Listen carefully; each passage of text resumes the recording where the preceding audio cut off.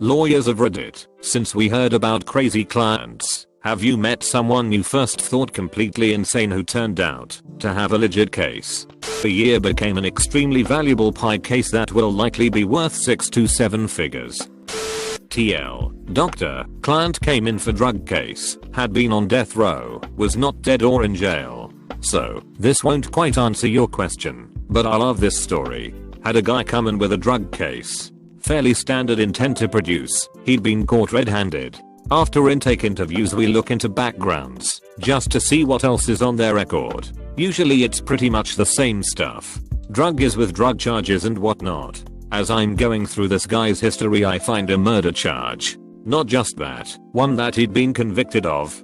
And not just that, he'd been sentenced to death. Yeah, the guy I was just talking to was on death row. Not something that happens every day. Turns out, he'd actually been framed for a murder while in prison, was convicted and was sentenced to die for it. He claimed the whole time he didn't do it, eventually found someone to take up his case, and was exonerated. I suppose that part fits the completely insane, but turned out to have a legit case part, now that I think about it.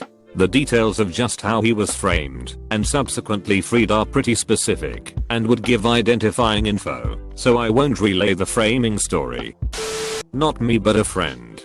He is rather odd and complains about all kinds of things, like electromagnetic power causing his health problems. He was leading a group of people who were opposed to new electric power meters which wirelessly transmitted their info to the electric company people. My friend was approached to be their lawyer. The guy comes off as being crazy, but it turns out that the electric company had cranked up the power on these babies so that they were 100 times stronger than what they were in other countries and could legitimately cause all kinds of health problems in people. I think they didn't go to court, but the company decided to bring down the power on their meters on their own. One time a client was charged with resisting arrest, misdemeanor, and assaulting 2 police officers, separate felonies. The client completely denied all the allegations and insisted the client was at the wrong place at the wrong time. The client walked up on a fight and suddenly the police attacked the client. The police report stated the client was involved in a fight and resisted being taken into custody. It went on to state that the client struck one officer and kicked another. I figured the client was good for it, but I decided to dig into the client's claims and see if I could find some grain of truth in the client's story. These events occurred in a mall. I went to the location, identified all the security cameras, and subpoenaed the videos. A few weeks later, an envelope showed up in the mail with the requested videos. Turns out the client was telling the truth when the client claimed to just be a bystander to the fight. The video portrayed the officers pulling the client out of the crowd, throwing the client to the ground, and repeatedly tasing the client. At one point, there were 4 officers and 2 security guards beating the client up. Presented the video to the grand jury and had the felonies no billed. I then showed the video to the prosecutor and the misdemeanor was quickly dismissed. Afterwards, I handed the client's file over to a civil attorney to sue the city, police department, mall, and the officers. This was one girl in my sister's class when she was in high school who kept complaining that the teacher wasn't doing his job properly, how he was being lazy, and trying to play the guessing game about what the exam board would be putting on their learning for life and work A-level exams. Everyone accused her of being paranoid, since he was well known for helping his students get high grades. It turns out she was precisely right. The teacher was guesstimating what would be on the exams by comparing trends in previous exams and their questions, which is also what the students were being given to practice on. Turns out that the paranoid girl was literally the only one who went online and downloaded the past exams in full to practice herself with, while the teacher took questions from one exam, photocopied them and made his own mock exams. The exam board caught on that this was rather common and threw in a whammy on that year's exam. And the thing is, no one else caught on because as a cost-cutting manner he didn't order a bunch of textbooks and instead photocopied pages from the textbook and handed them out, having students glue them into their notebooks. The paranoid girl was literally the only student in her year who ended up with a grade above a D. Another odd example is how my sister claimed the lollipop lady hated her for some odd reason. We never did find out, and we just thought it was something she was imagining, up until she was 11, in primary 7. the last year before entering secondary school. So, bit of backstory on this one. Shortly before this was proven, my sister broke her arm playing in a sports team and had to be put in a cast. It was about 2 weeks after this had happened. So my sister is walking to school as normal and she gets to the crossing with the lollipop lady. Lady apparently went off on some tangent and struck my sister with the sign and knocked her over so hard she broke the cast. Luckily this was just outside a pharmacy which was opening. The shop assistant came out when she heard her crying, saw the broken cast, and brought my sister inside, raising hell for the lollipop lady. Mum's a frequent customer due to a number of prescriptions she has, so the assistant both knows our house number and knows where mum works, so she goes up there ASAP. After leaving my sister in the care of the pharmacist, mum calls an aunt, since she didn't drive at the time, and takes my sister to the nearest hospital to get her arm x-rayed again and to get a new cast on.